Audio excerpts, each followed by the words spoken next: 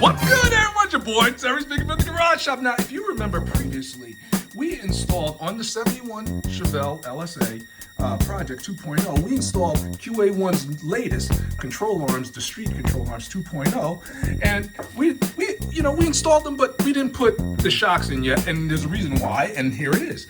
We decided to go with the QA1 coilover setup. Check this out. We got QA1's coilover spring, 450 pound. The coilover shock itself, single adjustable. We got the shock bearing. We got the washers with the thrust bearings, and you want to use those.